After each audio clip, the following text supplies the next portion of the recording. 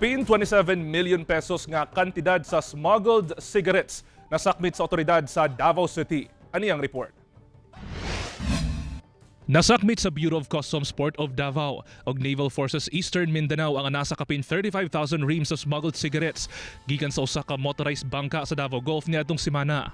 Nagkantidad og kapin 27.6 million pesos ang mga nasakmit nga smuggled cigarettes.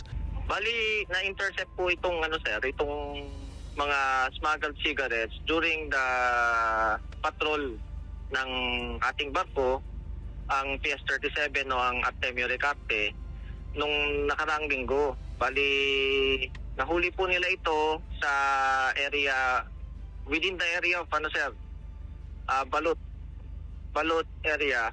Then from there, nung nakote, mahuli itong mga smuggled dali-dalian nila itong hinila. Sumala pa sa NFEM, napulo kapugante ang ilang naaresto nga sakay sa maong motorized bangka. Wala pa sila impormasyon kung asa nga lugar nagikan ang maong mga sigarilyo. Walang nasabi sir kung saan bansa nang galing ito sir. Bali ito ang expectation namin, syempre manggagaling to doon sa south area ng border natin. Sa karon gi-turn over na sa kapulisan ang napulo ka mga sakay sa motorized bangka. Ako si Kent Abrigana para sa At Home with GMA Regional TV.